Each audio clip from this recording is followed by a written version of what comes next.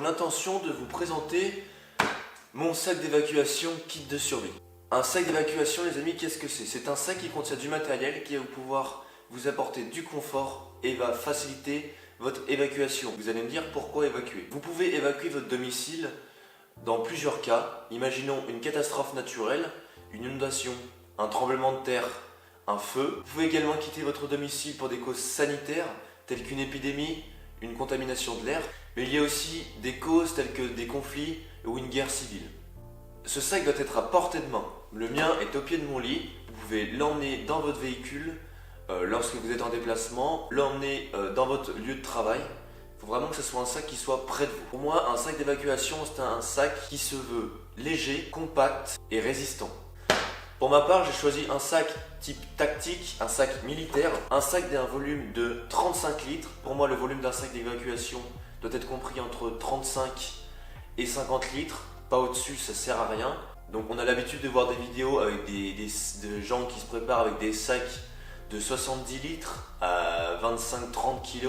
Les mecs ont 3 fusils à pompe à l'intérieur, 15 machettes. Vraiment, ça sert à rien, surtout en France. Dans le choix de votre sac, vous avez deux possibilités. Un sac type tactique comme le mien, ou un sac plutôt civil, un sac de randonnée que l'on peut trouver type Décathlon ou ces choses-là. Un sac tactique va vous permettre, avec ces différents passants molis, de vraiment personnaliser votre sac, de faire en sorte d'avoir des accès rapides à telle ou telle chose. Pour ma part, ce sac pèse 8 kg avec mes 4 litres d'eau remplis. Ça fait très longtemps que je réfléchis à cette démarche, donc de réaliser un sac d'évacuation. Mais j'ai aussi pensé qu'il était dommage de garder un sac qui prenait la poussière chez vous et que vous ne vous servez jamais, sauf en cas d'évacuation ou de catastrophe. Donc j'ai réfléchi et pensé à un sac qui est très polyvalent. C'est-à-dire c'est un sac qui peut me permettre de faire de la randonnée, qui peut me permettre de faire des bivouacs, un sac qui peut me suivre partout. C'est un gros intérêt ce que je vous dis là, c'est que moi je me suis vraiment très familiarisé avec ce sac parce que j'ai l'habitude de sortir avec. Alors déjà, à l'extérieur du sac, on peut y retrouver plusieurs choses. À la poignée, on a tout un tressage en paracorde qui peut me permettre, si j'ai vraiment besoin de plus de cordes, de le détresser. Sur ce côté du sac, on peut retrouver mon couteau, que j'ai un accès direct lorsque j'ai le sac sur le dos. Un couteau relativement grand qui peut me permettre d'effectuer de multiples tâches. On a une poche débarras ici qui se déplie. Cette poche peut me permettre de contenir des choses que je trouve sur le chemin. Sur l'avant du sac, on va retrouver un mousqueton en acier me permettant de faire de l'escalade ou de m'assurer avec. Donc un mousqueton robuste. À côté, on va avoir un mousqueton qui peut permettre d'accrocher des choses à mon sac. Un mousqueton en plastique. Mon EDC que je présente dans une vidéo que je vous mettrai dans la description. Voilà un peu ce qu'il donne une fois ouvert. Donc tout est organisé. Cette poche n'est pas dans mon sac mais accrochée à l'extérieur car c'est une poche que je peux prendre rapidement si je dois me séparer de mon sac ou que je veux le laisser quelque part. Je prends cette poche et avec cette petite pochette là, cette EDC, je peux me démerder et vivre avec. À côté, on a un chargeur solaire. Le chargeur solaire, très important, va vous permettre de charger votre téléphone ou votre appareil électronique. Moi, toutes mes lampes se chargent avec. Je le présente également dans une vidéo que j'ai sortie récemment si vous êtes intéressé.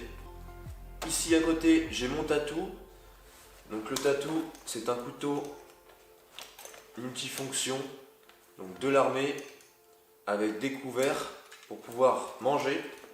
Ensuite, j'ai également une scie allume ici en accès rapide que je peux craquer afin que je puisse me faire repérer lorsque je marche pendant la nuit, par exemple au bord d'une route.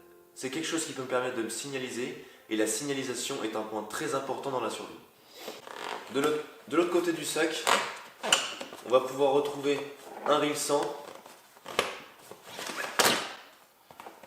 un assez grand reel 100 qui peut me permettre d'attacher des choses ensemble.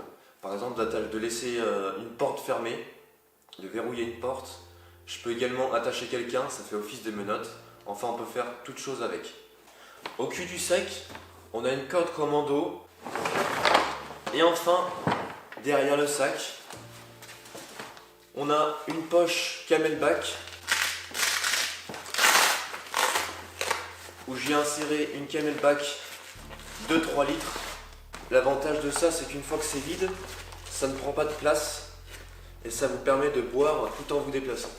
Donc on va passer aux poches intérieures. Dans une poche à accès très facile, on a mon kit de secours. Il faut savoir que j'ai une formation de secouriste et là-dedans j'ai de quoi soigner donc ma personne ainsi que les personnes que je trouve en difficulté.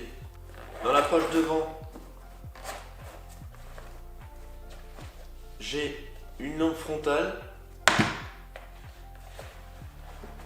un harmonica. Un harmonica, pourquoi? C'est quand on est tout seul. Bon, ça fait des fois du bien, ça divertit et ça passe le temps de jouer un petit peu.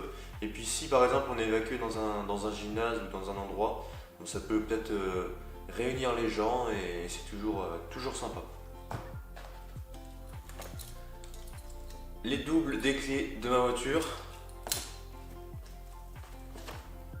une brosse à dents, du savon d'Alep qui peut vous permettre de nettoyer votre corps, vos cheveux, de nettoyer vos dents, de laver votre linge également et de faire votre vaisselle. Ici une petite chaufferette, un sac poubelle maintes et maintes utilisations. J'ai pour projet de vous faire une vidéo là-dessus. On peut par exemple s'en servir pour se faire un abri de fortune, pour se faire un sac de couchage, pour récupérer de l'eau, pour rendre étanche votre sac ou des vêtements, plein de choses possibles. Un fil permettant de recharger tout type d'appareil électronique. Et j'ai 2 bougies chauffe-plat. En haut, j'ai des signalisations très importantes. J'ai mon calepin, là où je marque donc toute mon expérience des années passées. Et j'ai des numéros de personnes importantes à pouvoir contacter, des lieux, c'est pareil, importants où je pourrais trouver des choses. Ensuite, dans une pochette, j'ai une carte routière de la France et une carte de randonnée. J'ai là un poncho militaire, donc kaki, qui peut me permettre de me camoufler en milieu naturel, car il faut savoir que votre sac d'évacuation doit pouvoir vous venir en aide dans plusieurs milieux, milieu naturel et milieu rural. Donc c'est pour ça que ça peut être très utile en milieu naturel. Ça peut me protéger de la pluie également.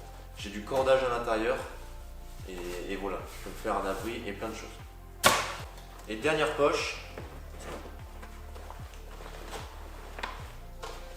une gourde type militaire, 1 litre de contenance.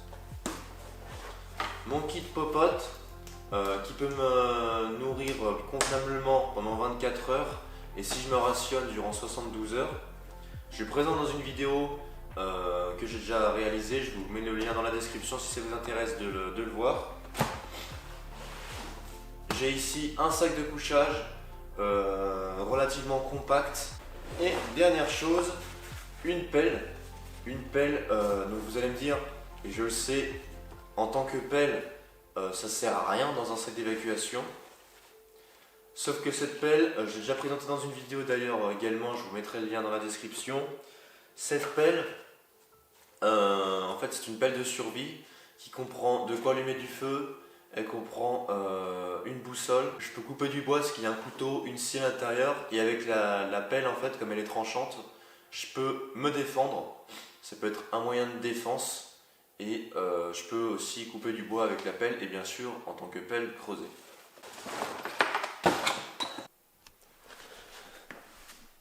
Voilà les enfants, cette vidéo touche à sa fin. Si vous avez plusieurs questions ou n'importe quoi à me demander, n'hésitez pas en commentaire. J'aime bien aussi que vous mettiez, si vous pouvez me faire une liste de votre sac d'évacuation en commentaire ou des choses que j'ai oubliées.